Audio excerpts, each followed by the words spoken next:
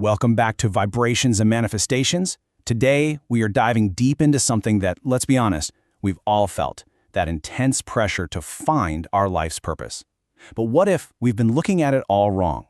What if your purpose isn't something you have to hunt down, but something you just align with? So let's just sit with this for a second. What if your purpose isn't this thing you have to find, but something you simply allow to unfold? I mean, really think about that. All that pressure to figure it all out, what if it's completely unnecessary?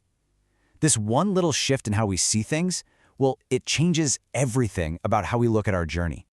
All right, so let's get into it. Section 1, what is your purpose? We're calling this the Great Reframe. To really get this new way of thinking, we kind of have to unpack the old way first. You know, the one that's probably been drilled into us our whole lives. Okay, look at this. On the left, you've got the old way. It's all about a singular mission, a career you have to chase, something you have to figure out. It's a final destination, right? But now, look at the new way. It's not a mission, it's a state of expansion. It's not a career, it's a feeling of joy. It's not something to figure out, but something to allow. See the difference? It's not about what you do, it's about how you feel along the way. So, this brings us to a whole new definition. Purpose isn't some trophy you win at the end of the game. It's the experience of joy and expansion that happens when you're just being you. You know that feeling? When you're totally in the flow, completely lit up from the inside out? That's it. That feeling, that high vibration, that is your purpose. I love this quote because it really nails the dynamic nature of it all. To have something pop open like an idea and then to make your way to it. It's not about finding the answer and then you're done. No way. An idea pops into your head, you get excited, you start moving towards it, and then that process of moving, a new idea pops open. It's this beautiful, never-ending cycle of becoming more. Okay, so you might be thinking, this sounds great, but if my purpose isn't a destination on a map, how the heck do I know where I'm going? Right? How do you know if you're on track? Well, let's dive into section 2. Your emotions are your compass. The answer is actually way more built in than you'd think. It's as simple as this. Your emotions are your internal GPS. I mean, think about it. They are the most honest, direct feedback system you could ever ask for. They're constantly telling you, in real time, yep, you're aligned, keep going, or, ooh, recalculating, you've drifted a bit off course. So how do you actually use this GPS? It's really a simple 4-step thing. Step 1, just notice how you feel. Seriously, just check in. Step 2, if you feel good, joy, ease, flow, that's your green light. You're aligned. Keep doing what you're doing. Step 3, if you feel not so great, frustration, resistance, don't panic. It's not bad. It's just a signal, like a check engine light, telling you it's time to recalibrate. And that leads to step 4. Intentionally choose thoughts that feel just a little bit better. We're not talking about going from despair to ecstasy. Just reach for a slightly better feeling thought. The whole point is to gently guide yourself away from resistance, because passion is really just what's left when that resistance is gone. Now this is where it gets really, really cool. Because this idea of following your joy, it's not just some woo-woo spiritual concept. Modern science is actually starting to catch up and validate this ancient wisdom. Let's look at section 3, Science Backs Your Joy. There's real proof in purpose. Check this out. Hard science is showing that living with a sense of purpose has huge, measurable benefits for our actual physical bodies and minds.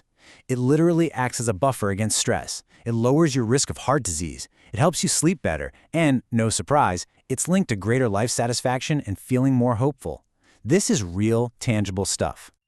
And this quote from the research really drives it home. It's not just about feeling a little happier. It's a powerful protector for your mental health. Think about that. When you are living in a way that feels aligned and expansive for you, you are actively building a shield against depression and anxiety. And for you data nerds out there, they even put a number on it. This negative 0.49, what does that even mean? Well, in one massive analysis, this number showed the correlation between purpose and depression. And here's the simple takeaway. The more purpose you feel in your life, the less likely you are to experience depression. That is a seriously powerful connection. All right, so we've reframed purpose, we know how to navigate with our emotions, and we've seen the science, so what do we actually do? How do we put this into practice? That's what section 4 is all about. Allowing your path to unfold with some really practical tools for alignment. The biggest mindset shift is right here. Forget about having a 10-year plan. Your only job is to follow the thread of what feels good right now. Just take the next tiny step that brings you a little bit of joy, or even just a little bit of relief. Follow that good feeling. Trust it. It knows where it's going, even if you don't. And here are some super simple, tangible things you can do to start creating that space for alignment. It's not about forcing an answer, right? It's about opening more doors so your purpose can find you. You could start a purpose journal, jot down your core values, practice gratitude every day, maybe volunteer for something you really care about, or hey, just try something new. See what resonates, see what lights you up. But what about those days when you just feel stuck? We all have them. When you're full of resistance or doubt and following joy feels impossible. Well, for those moments, there's a really powerful tool you can use to intentionally shift your energy. It's called the focus wheel, and it's designed to do one thing: gently shift your vibration from where you are to where you want to be. It's pretty cool. You put your desired belief right in the middle. Let's say, my purpose is unfolding perfectly. Then, all around the outside, you write down statements that you already believe are true and that feel good. Simple things like, I'm a quick learner, or I love a good challenge, or I trust my intuition. By focusing on these things that you already know are true, you start to raise your vibration and get into alignment with that core belief you want to feel. Okay, let's bring this all home. Section 5, your next joyful step. If there are two big things to take away from all this, it's these. You can't get it wrong, and you never get it done. This isn't a race with a finish line. It's just a beautiful, ongoing journey of expansion. And here's a powerful affirmation you can take with you. I trust that my passion and purpose are unfolding effortlessly. Just say that to yourself. Doesn't that feel better? It's all about letting go of that need to control and just trusting the process. So when you boil it all down, it's this simple. Your only job? To feel good. That's it.